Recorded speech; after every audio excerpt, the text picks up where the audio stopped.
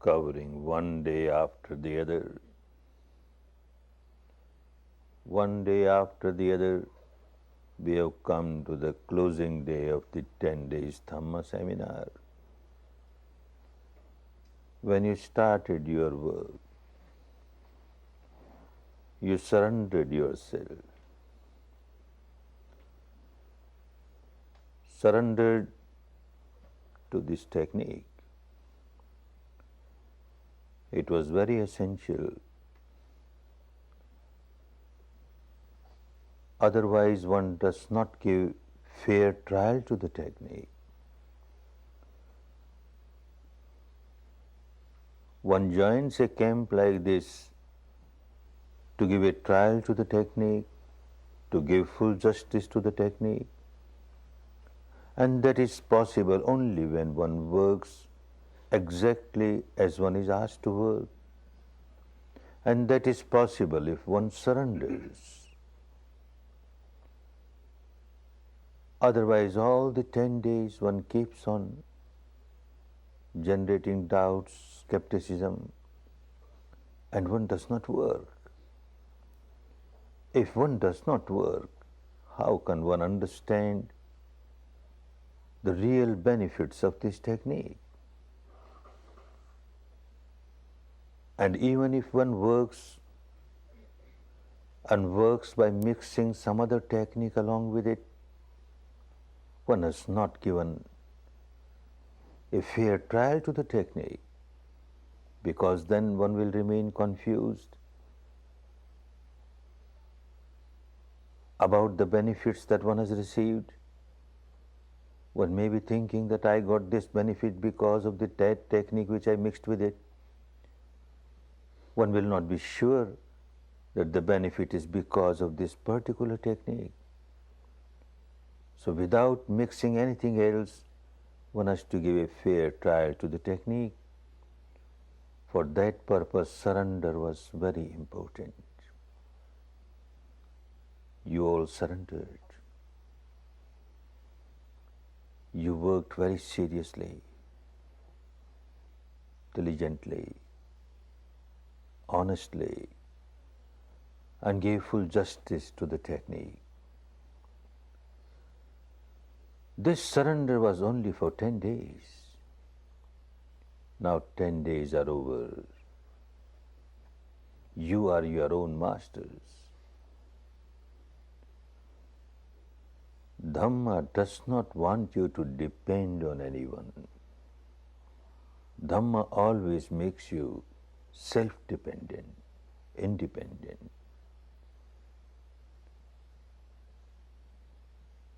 Having given the trial to the technique, going back home, very calmly, you will review as to what you learned here these 10 days.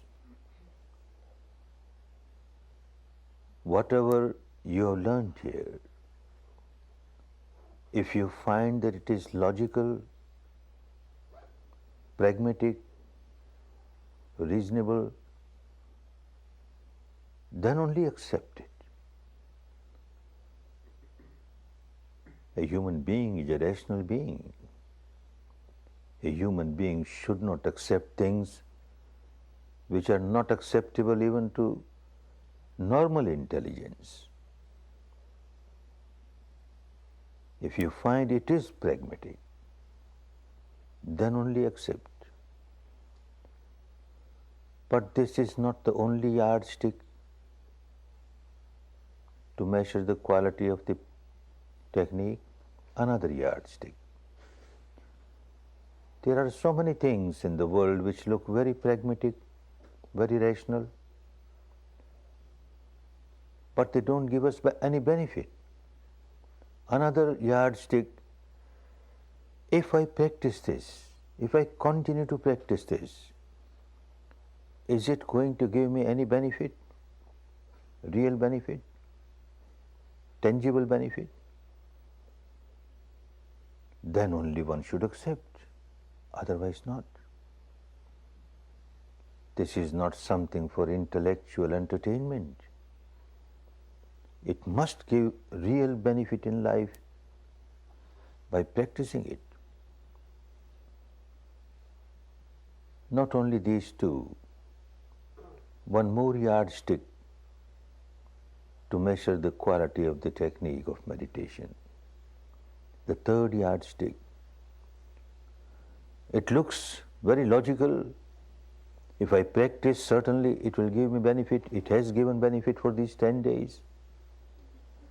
But by practicing it, will any being be harmed? Will it prove harmful to others? If so, not good. By practicing it, will it also be beneficial to other beings? If so, acceptable.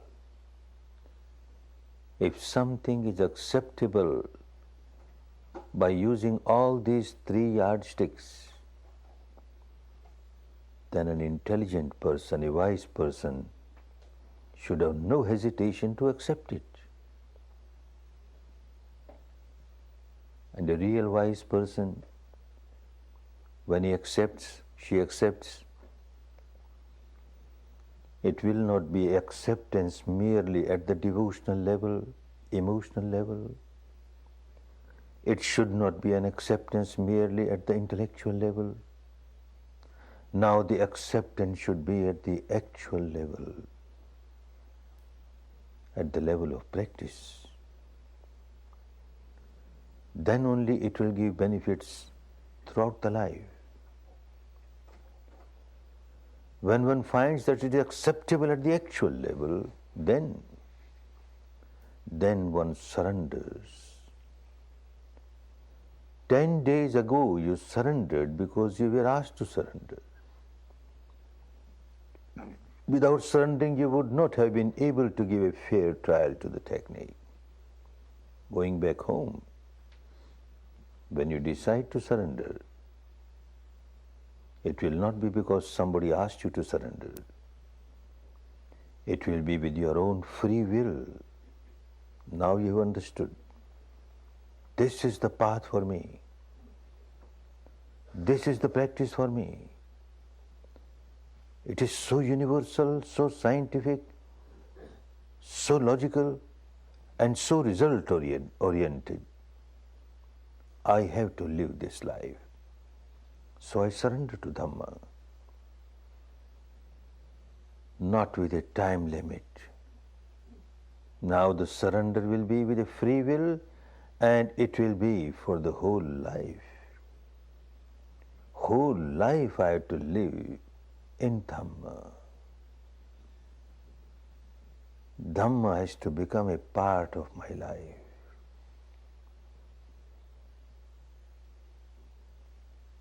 Without Dhamma, the life will be purposeless. The life of a human being is a real life of human being if one applies Dhamma in life, practices Dhamma. So one surrenders and tries to live the life of Dhamma, life of Shila, morality, life of Samadhi, developing mastery over the mind, life of Panya, developing one's own wisdom to purify the mind, life of Metta, Karuna, love, compassion, goodwill for all others. One has to live this life. Dhamma is Dhamma only when it is applied in life. A Dhamma of scripture is not Dhamma. A Dhamma in the discourses of the teacher is no Dhamma. The literal meaning of the word Dhamma is Dhareti ti Dhamma. When you apply it, because you apply it, so it is Dhamma.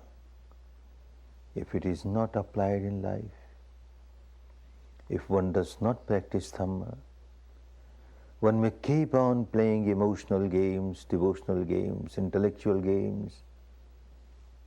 Throughout the life, one will not get any benefit. It will be mere waste of time, waste of life.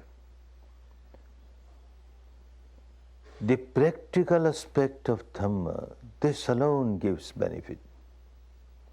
And you attended this 10 days course to learn the practical aspect of Dhamma,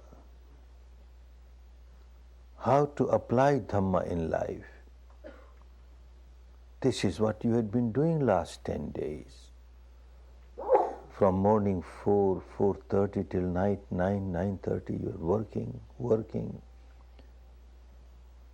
very scrupulously living the life of Srila, very diligently practicing Samadhi, and very wisely developing your Panya and purifying your mind. All practical.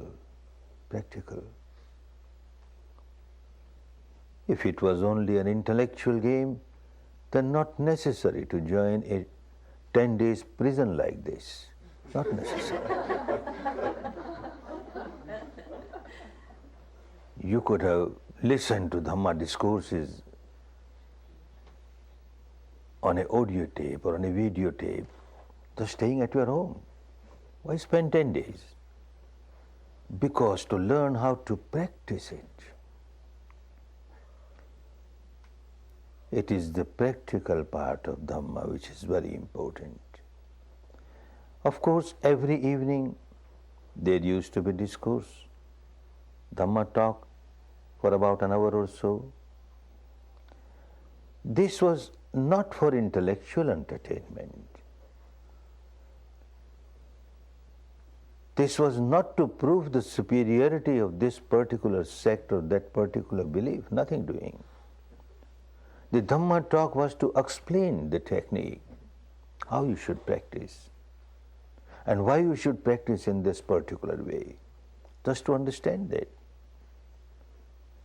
But when Dhamma talks are given, although they are meant to explain the practical aspect of Dhamma, but intentionally or unintentionally, at times the theoretical aspect of Dhamma comes to light in these Dhamma talks. And at times, someone may have difficulty to accept certain part of the theoretical aspect of Dhamma. Dhamma is universal. Therefore, people keep coming from different sects, from different communities, from different religions, from different beliefs, from different traditions, having different dogmas. They are all welcome. Because Dhamma is Dhamma, universal. Everyone gets the same benefit. People coming from different backgrounds, sometimes in the first 10 days, they have some hesitation to accept certain part of the theoretical aspect of Dhamma. So far as practical aspect of Dhamma is concerned, I have not come across a single person coming from any community, any country, any tradition, to have any objection, any religion worth the name cannot have anything against Sila. Every religion will ask us to live the life of Sila, to live the life of morality. This is what one is doing here. Any religion worth the name cannot have anything against a practice which makes us master of our own mind. To remain a slave of the mind is so dangerous, so harmful. To develop mastery over the mind, and that too with an object which is universal. The object is respiration, which is not limited to a particular sect or particular religion or particular belief or particular dogma. A truth pertaining to your own self, the breath coming in, the breath going out, Nobody ever objects to that. And the practice of Panya, develop your own wisdom and see how you are generating negativities and you become miserable. You stop generating negativities, you come out of your misery, your mind becomes purer and purer. Nobody ever objects. Because again the object is truth, truth pertaining to your own mind and matter. The contact of the two resulting in this sensation or that sensation, natural, universal, not limited to a particular sect, particular community, particular religion. So the practical aspect of Dhamma is always acceptable by everyone, but in theory at times some difficulties arise. So whatever you heard during these 10 days, if any one of you find that certain aspect of the theory is not acceptable, doesn't matter, leave it aside. Accept whatever is acceptable. Later on, when you realize that what I thought was unacceptable is also acceptable now, then accept it. And even if you don't accept the whole life, doesn't matter. You've not lost anything. Practice is more important. So long as you are practicing Sila, Samadhi, Panya, Sila, Samadhi, Panya, you are practicing Dhamma and you get benefit out of it. It is the practical aspect of Dhamma which is of utmost importance, utmost importance. There is a story, a professor, young professor, not matured in life, but very highly educated, number of alphabets after his name, a long tail of alphabets, was traveling by a ship, and in the ship there was also a sailor, a worker there, a very old man, illiterate. Sometimes he will come to the cabin of the professor, listen to his words of wisdom, what an intelligent person, what a learned person, wonderful person. And one day, after some talk when the old man was leaving, the professor asked him, "Old man, have you studied geology?" "What is geology, sir?" "I don't know. I've never been to any school, I've never been to any college. Please tell me, what is geology?" "Geology is the science of the earth. Have you studied?" "No, sir. As I said, I have not studied anything." "Oh, old man, so unfortunate. You have not studied geology. You have wasted 1/4 of your life." The old man, very sad, with a long face, goes out. Such a learned person says, "I have wasted 1/4 of my life." Certainly, I must have wasted 1/4 of my life. Next day when he came, again after long talk, when he was leaving, again the professor asked him, "Old man, have you studied oceanology?" "What is that, sir?" "The science of the ocean, the sea." "Oh no, sir, I have not studied anything." What an unfortunate person. You wasted half of your life. Old man, very sorry, I wasted half of my life. And third day again he was questioned, "Old man, have you studied meteorology?" "What is this, sir? I never heard this name." "Science of the wind, the rain, the weather." "No, sir. As I said, I have never been to any school or college. I have not studied anything." "Old man, you are so unfortunate. You have not studied geology, the science of the earth on which you are living.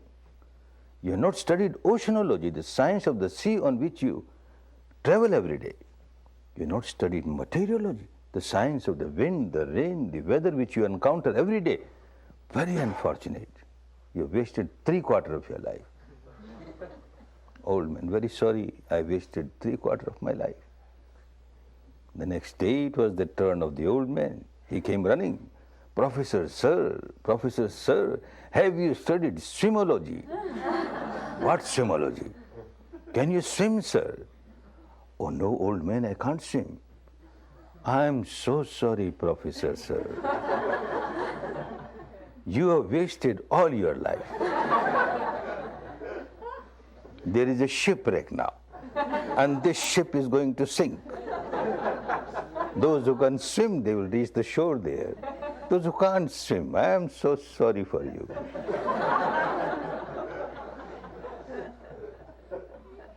We may learn all the logies of the world, and we don't learn swimology, then what's the use of all these logies? And swimology also, if you keep on reading books on swimology and keep on discussing about swimology without touching the water, then what is the use of this swimology also? One has to learn actually how to swim, because one has to swim the ocean of misery and reach the other shore, free from misery. And this is Dhamma. This is the practical aspect of Dhamma. This alone gives benefit. Mere intellectualization does not help. Mere devotionalization does not help. The actual experience, and these 10 days, this is what you were doing. As I said, the practical aspect is of utmost importance, but in theory, if you find some difficulty, take it out, nothing wrong. Again, there is a story in our country. A mother, out of all the love and compassion and goodwill, prepared a very delicious dish for the child. Very delicious. We call it a dish of kheer, milk pudding, made from very good quality milk, very good quality rice, and sweet and dry fruits, etc. A very delicious dish was offered to the child. And he says, no, I won't take it. Hey, what's wrong? I won't take it. It is not in my plate. My plate is more important. Mother had to give the dish. All right, your plate. Take it in your plate. Be happy. Again he says, no, I won't take. Now it's your plate, why not? Oh, there is a small black little stone in it. I can't take it. It is not black stone. It has its own taste. It is cardamom. You try, it is so good. No, I can't take it. There's black stone in it. There's black stone in it. Poor mother, what she will say? She says, all right, if you think this is black stone, take it out, enjoy the rest. Later on, when you realize that this is also tasty, then enjoy it later on. But now take it out, enjoy the rest. The mad child will throw away the whole plate. There was a black stone in it, there was a black stone in it. So don't throw away the entire theoretical aspect of Dhamma. Whatever you find black stone, take it out. Enjoy the rest. The mother has given with all the goodwill, with all the love, with all the compassion. Actually, there is nothing like black stone. But because of the traditions, one comes from a particular tradition, one may feel, no, this is not good. First thing, it must be in my plate. That means the terminology, the words must be the same as used in my tradition. Otherwise, I can't accept. All right, your terminology. Dhamma is Dhamma. Terminology doesn't matter so long as you understand the essence of Dhamma. And then any difficulty in the theory, take that out and later on you accept it. But the practical aspect, nothing has to be taken out. Shila, Samadhi, Panya, nothing has to be taken out. Practicing here for 10 days, you took just a very tiny step. Path is very long. That has to be accepted. It's a very long path. A lifetime job. Maybe a few more lives. It is a long path. But however long the path may be, the longest path starts with the first step. One who has not taken even the first step on the right path, there is no hope for this person to reach the final goal. One who has taken even one step on the path, there is every hope this person will take the second step, the third step, and like this step by step, will cover the entire path and reach the goal. You are fortunate, you have taken the first step on the path. And I am sure step by step, you will keep on marching on the path and reach the final goal. First step is a very tiny step, but very valuable step, very valuable. I don't devalue what you practiced here, but the fact has to be accepted that this is a very tiny step on the path, and path is very long. It is like you have planted a seed planted in a very fertile soil. The soil is fertile, there is no doubt about that, otherwise it would not have come to take seed here. You have your own parmies of the past which brought you here. The seed is planted. However good quality the seed may be, however fertile the land may be, yet if proper service is not given to this plant, this seed, one does not get fruits. A small little plant has sprouted out of this seed during these 10 days, and now you have to serve it. Like an experienced gardener gives all service to small nursery. This is a small nursery now. You have to keep a fence around it so that a cattle may not come and eat it away. You have to give proper water at proper time, proper sunshade, proper sun at proper time, so that it grows. It grows, it grows. It will grow in a huge tree with thick trunk, deep roots. Then it will not require any service. No gardener takes care of a huge tree with thick roots, deep roots and thick trunk, not necessary. On the other hand, this very tree, which took so much service, starts giving us now. Whatever it produces for us. All the flowers, the fruits, the shade, everything is for us, Similarly, this tiny little plant of Dhamma, which has sprouted out during these 10 days, you have to take great care of it at the initial stage. You have to keep a fence around it so that the cattle may not come and eat it away. You have to give proper water at proper time. All the service necessary. And when it grows into a huge tree, then no service necessary. It will start serving you in every aspect, every way. What fence? Which cattle will come and eat it away? Going back home, you will meet your relatives, your friends, members of your community, of your society, and certainly out of inquisitiveness, they ask you where you went, what you did. And Dhamma is your open book, no secrecy. You will tell, I did this, I practiced this, I practiced this.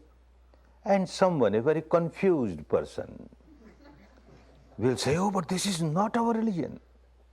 This is not our religion. It is so dangerous to practice somebody else's religion.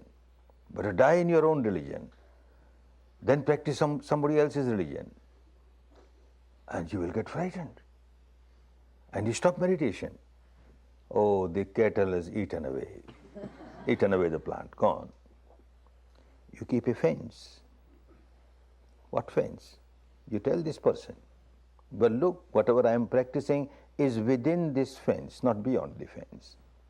And within the fence is Sila, morality. If I live the life of morality, what objection you got?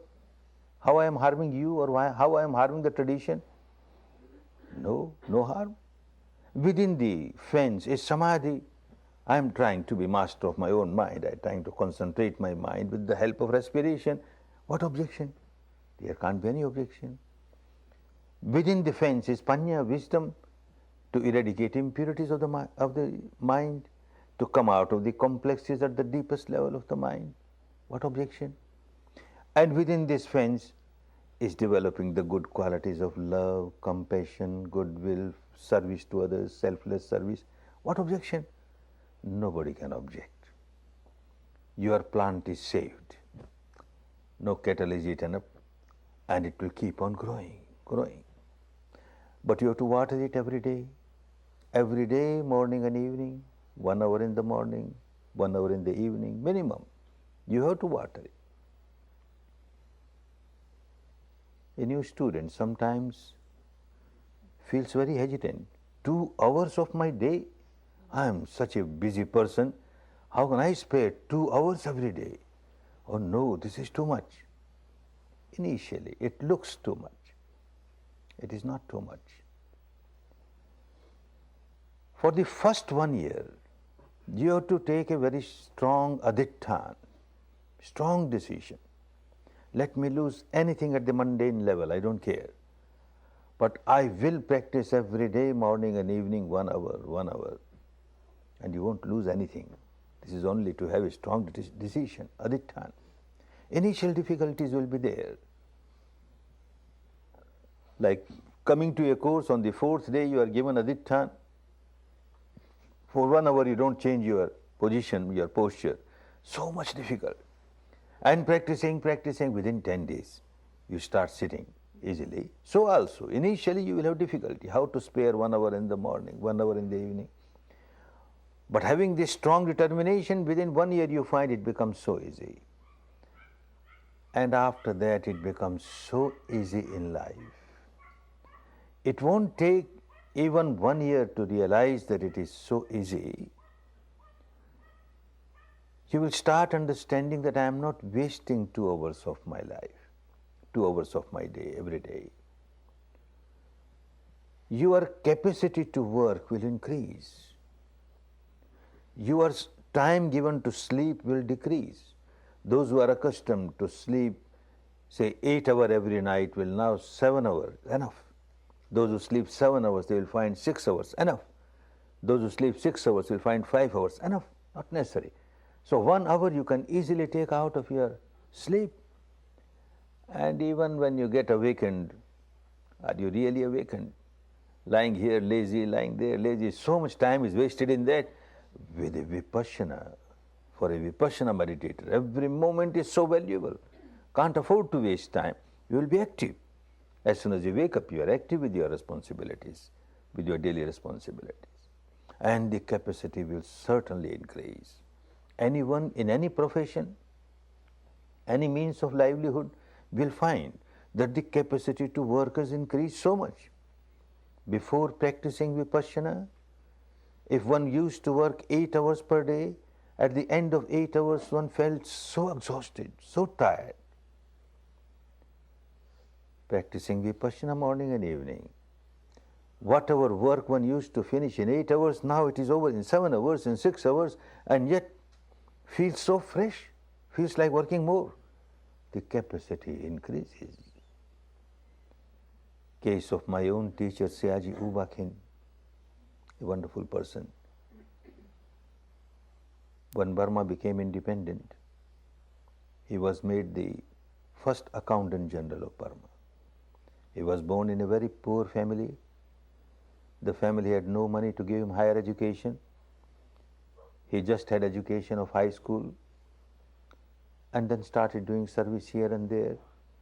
Got a very junior clerk's job in the Accountant General's office. And by his hard work, perseverance, he reached a certain stage, a junior officer, when Burma became independent. And naturally, independent Burmese government wanted their own nationals to be heads of different departments, and most of the departments were headed by Britishers or Indians, etc. In the Accountant General's office, they found this person, Ubakin, although a very junior officer. He was the only Burmese officer, so they made him the Accountant General, the first Accountant General of Burma. Before he reached that stage, he had started practicing vipassana. When he was a junior clerk, he heard that on the other bank of the river there is a teacher, a farmer, who is teaching Vipassana.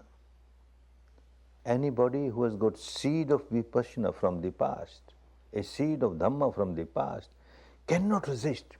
As soon as one hears Vipassana, oh, it is for me, I better go and try, I better go and try, and this has started happening in him. I must go and try. This is wonderful. But the high officials won't give him 10 days leave. They say this is the time of budget. Every staff is needed so much, so badly, we can't give you leave. And he says, but I have to go. You even cut my salary for 10 days. No, nothing doing, you can't go. If you go, you will be dismissed from the service. He can't resist. He went away. After 10 days, in 10 days, because of his past paramis, he reached such giddy heights in Vipassana, practiced so much, but when he came back, there was a doubt that perhaps he will be dismissed. Came to the office, and yes, on his table there was the envelope, official envelope. He opened it, and this message says that you are promoted. Now you have become the superintendent of the office, chief superintendent. Your salary goes 50% high. This does not mean that everyone who have come here will get a letter of promotion going there. Who knows? There are cases, people keep on writing me that after coming back from the course, I got this, I got that. But this is not a guarantee. It happens in different cases. It happened in the case of U Ba Khin, and then he kept on getting promotion after promotion. He became Accountant General of Burma. And the Accountant General's office, like many other offices, lot of corruption, lot of bribery. People who are to take their legitimate money from the government, and the application is filed there, certain percentage was deducted and was distributed right from the Attorney General to the Accountant General to the peon. They are so good at accounts, so they know what proportion who should get. Now U Ba Khin is Accountant General, such a Dhamma person, not possible. And he was a very strict disciplinarian. He issued an order that any application comes to the office, the concerned person must give a decision within 48 hours. If there is a complication, one cannot take a decision, bring it to me. I will take decision. One is not taking decision, not bringing the case to me, has bad intentions. He will be dismissed. But that alone did not work. It was Dhamma. In his office itself, he started teaching Vipassana. He went to the Prime Minister and told him, sir, you made me Accountant General, good. But look, there is so much corruption everywhere. And unless people practice Vipassana, they can't live a real moral life, a good life. Permit me to have one room where a few workers of this office every month take a course of 10 days. The Prime Minister was also a very good dharmic person. He wanted the administration to become very pure, good. He says, all right, go ahead. And every month there is a 10-day Vipassana course in the office of Accountant General. And that started giving result. In a few years' time, it was a talk of the town that in Accountant General's office there is no more bribery, no more corruption. And the Prime Minister calls U Ba Khin. How is it? But is it good or bad? It's very good, U Ba Khin. But I want this to happen in other ministries, other departments. Look, that department, this department. Well, sir, I am a civil servant. You transfer me there. I will start working the same thing there also. Oh, no, no. If I transfer you somewhere, then again this department will sink. So you be here. And at the same time, you look after this. You look after that. There was a time when he was head of 4 departments. So huge responsibility. And yet, kept on working so smilingly, giving wonderful results everywhere. It was said about him that in whichever department he will go for 1 hour or 2 hours or 5 hours, and any number of files that will come, any number of cases that will come on his table, when he leaves that office, not a single case is there on the table. He gives decision on every case, however complicated it may be. The mind becomes so clean. Any problem, you can go to the depth of the problem and give a quick result and right result. The capacity increases manifold, manifold. One works so much. Vipassana does not make one inactive. One becomes so active, capacity to work so much. People keep on asking me that this teaching is not to crave, not to have attachment. Without craving, without attachment, how can we work? How can anybody work? People work because they crave. People work because they have got attachment. Oh, because you have not learned how to work in a detached way. When you are attached, you are so tense inside, you are so self-centered. I'm working for me, for me, for me. And once you become detached, all tension goes away. Now you work. Although you work for your own livelihood, for those who depend on you to serve them, but then a bigger outlook is there. What am I working? I am working for others also. Look, so many people are getting benefited. So many people are getting. Your mind is not narrow now, it is so broad. Capacity to work increases. All the tensions go away. Mind is so clear, so tranquil. You make good decisions, right decisions, quick decisions. If this happened only in one person, Ubakhin, perhaps people will say that it was some miracle. It happens to so many. Students keep on writing me, my own experience is there, and students keep on writing me that when I have started practicing Vipassana every day, morning and evening, the results of my profession are coming so good. I live such a peaceful life, such a harmonious life, and I am so successful in my mundane life also. Dhamma is for both mundane as well as supramundane. Therefore, giving 1 hour in the morning and 1 hour in the evening, you are not wasting your time.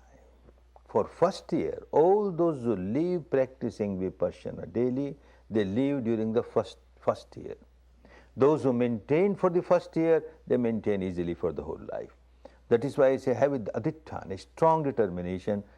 For 1 year, whatever happens, I will practice morning and evening. Any time that suits you, which is suitable to your daily program, stick to that. It will be helpful. Any place that suits you, stick to that. On that place, maybe just 2 feet by 2 feet your seat where you sit and meditate, no other activity should be done there except Vipassana, then you will grow vibration there. Later on you will start feeling good vibration where you daily meditate on the same seat, like you get good vibration coming to a center like this where people only meditate Vipassana, no other activity.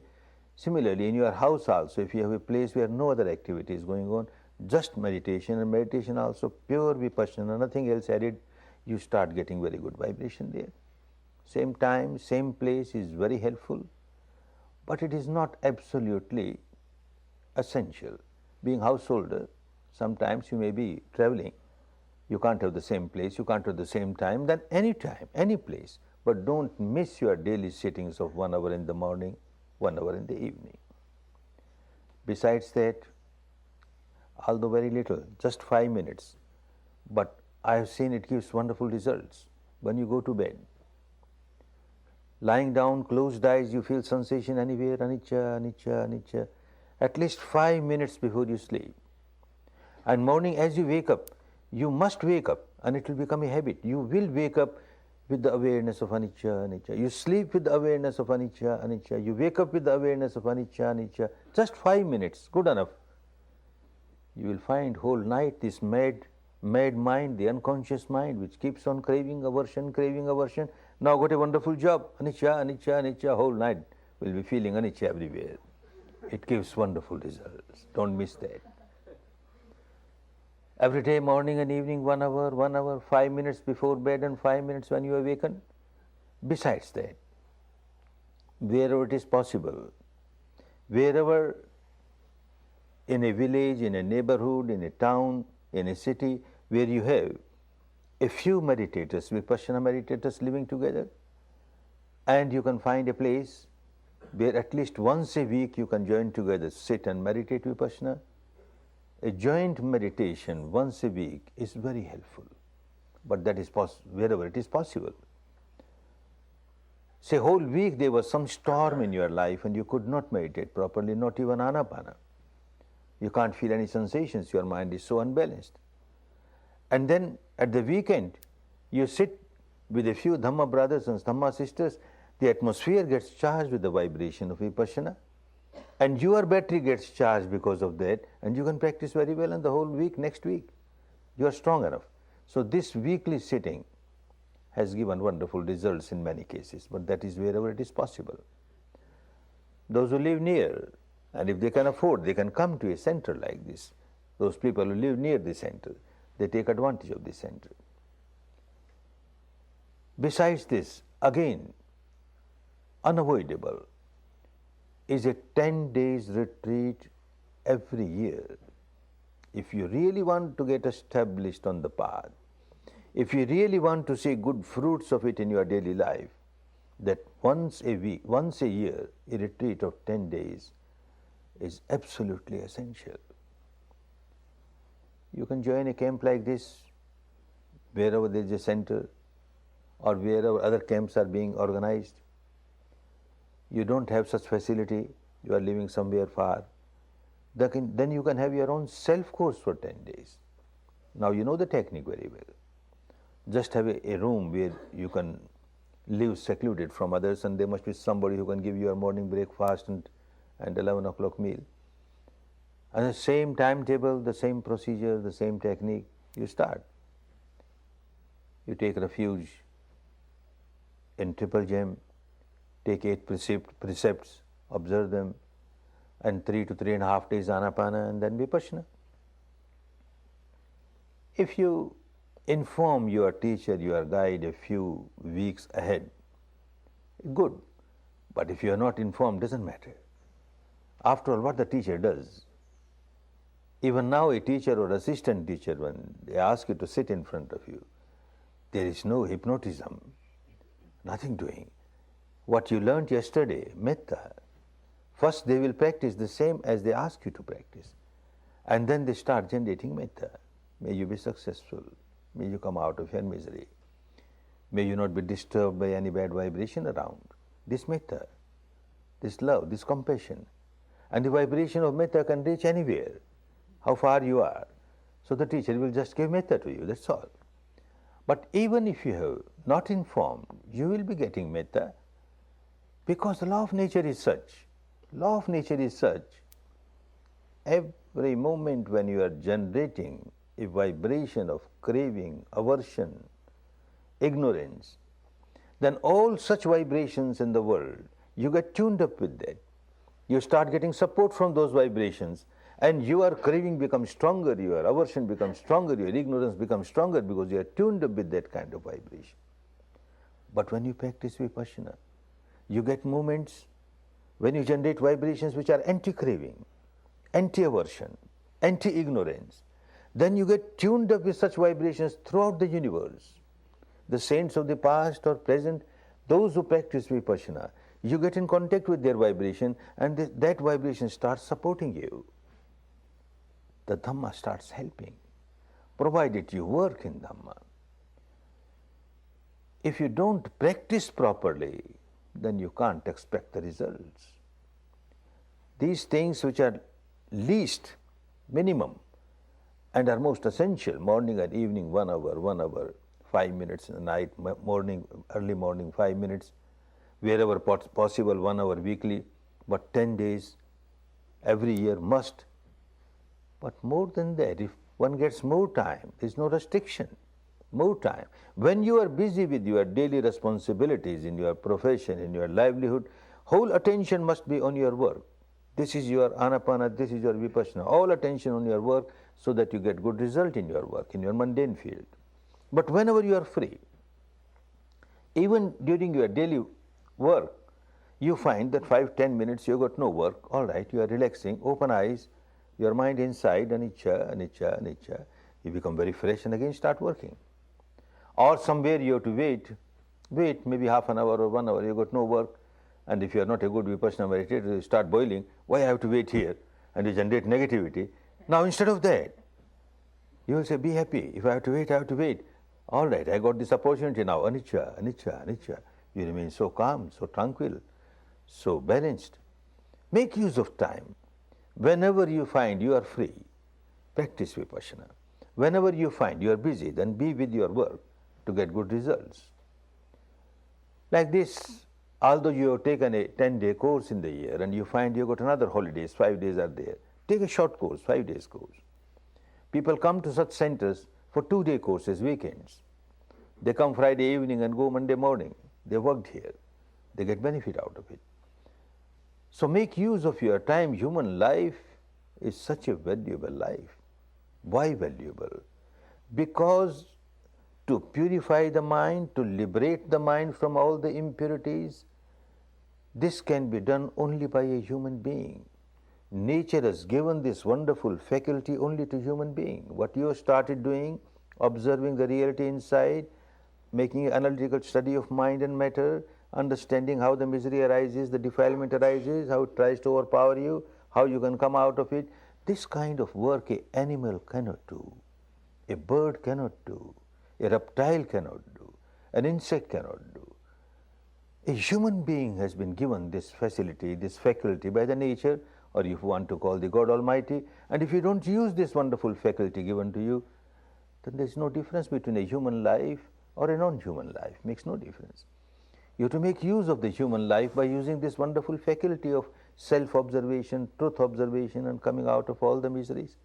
So whenever you are busy in your mundane life as a family person, then you give all your attention to that, but whenever you have time, give attention to this process of purification, process of liberation. Daily sittings. When you take a short course of 5 days or 2 days, then 1/3 of the period must be given to Anapana and 2/3 to Vipassana. But in your daily sittings, just 1 hour is there, morning 1 hour, evening 1 hour, not necessary to give 1/3 to Anapana and 2/3 to Vipassana. Vipassana will remain the main technique. But Anapana should be used as and when necessary, as much as necessary. Any day when you sit for meditation and you find your mind is very agitated, then do Anapana, practice Anapana, 5 minutes, 10 minutes, 15 minutes. If it's very agitated, maybe whole hour, doesn't matter, next sitting will be all right. Make use of Anapana whenever it is necessary. You started your Vipassana very well, in the midst of the hour, some storm arose, and again you need Anapana, start Anapana. So Anapana should be used as and when necessary, but otherwise Vipassana. When you practice Vipassana, I keep on reminding, don't start playing games of sensation. Otherwise, you are going in totally opposite direction. If you get pleasant sensation, a free flow, and you feel very elated because of that, you start generating craving and clinging towards it. If you get again gross sensation, unpleasant sensation, you generate aversion towards it, then it is not Vipassana, it is totally against Vipassana. Understand whatever arises, keep on understanding its characteristic is anicca, anicca, anicca. I have to come out of the old habit of craving, I have to come out of the old habit of aversion, not merely at the surface level of the mind, not merely at the intellectual level. I have to come out of it at the deepest level of the mind, which is called the unconscious mind, which keeps on feeling the sensations and keeps on reacting with craving and aversion. This is what I have to break. And if I multiply the same habit, I am not getting benefit of Vipassana, it is not Vipassana. If you keep on understanding that, you will practice properly and you will get good results. And also see that your practice every day should not become mechanical, moving from head to feet and feet to head, like you count your rosary and you forget what you are doing. This should not become mechanical. Whenever you find it is becoming mechanical and you are forgetting everything about anicca, everything about your craving, aversion or equanimity, then change a little, come back to Anapana. If you are moving fast, start moving slow. If you are moving slow, start moving fast, or start moving this way, this way. Come out of the monotony and don't allow it to become mechanical. The main purpose should always be clear in your mind that I am doing this exercise every day, morning and evening, to change the habit pattern of my life. when I remain slave of this habit pattern and I keep on generating craving, aversion, it's a big misery for me, very big misery. I have to come out of my misery, and when I become miserable, I make others miserable. So I should not become an instrument to make others miserable. So that point should be very clear, that I am practicing this not as a rite or a ritual or a religious ceremony, nothing doing. This is a mental exercise. As we do physical exercise to keep our body fit, sound, healthy, strong, so this is a mental exercise to keep the mind healthy, strong, sound. With this understanding, keep on practicing and get best fruits of Dhamma. A wonderful Dhamma, a wonderful technique you got now. Make use of it. And see that you not only retain it, you multiply, you grow in Dhamma, grow in Dhamma. There is a story back in our country. Last 10 days you have been hearing many stories, listening many stories. Perhaps your teacher is an addict of telling stories. And you are also getting addicted to listening to stories. So before we part, one more story. An old man in our country, a very rich man, he became widower. The old lady passed away. And in our country, and perhaps here also, the housewife is the owner of everything, money, jewelry, property, everything. She keeps the bunch of the key. Now the old lady has gone. And it was a joint family. He had 4 sons or 4 daughters-in-law.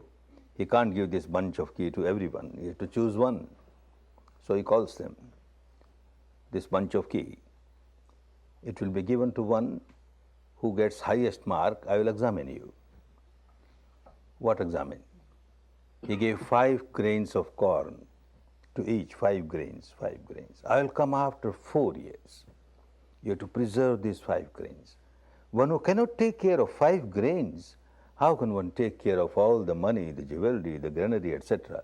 This is your examination. The old man went away. The eldest daughter-in-law thought, the old man has gone crazy. For 4 years, worried about those 5 grains, valueless 5 grains, better throw them away. When he comes, I take another 5 grains from the granary and give him, take your 5 grains. She threw away.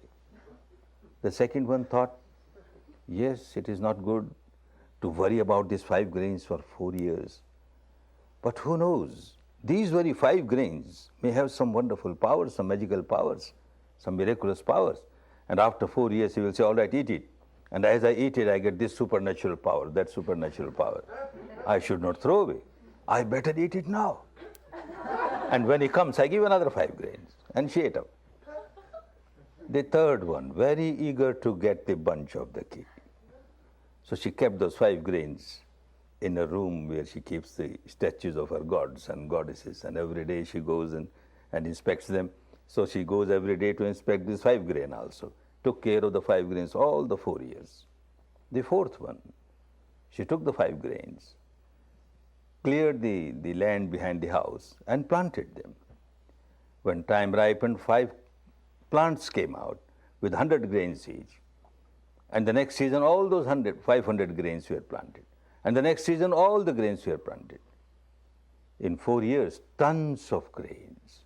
When the old man came, everyone had their own story. When he came to the fourth one, he said, they've increased, sir.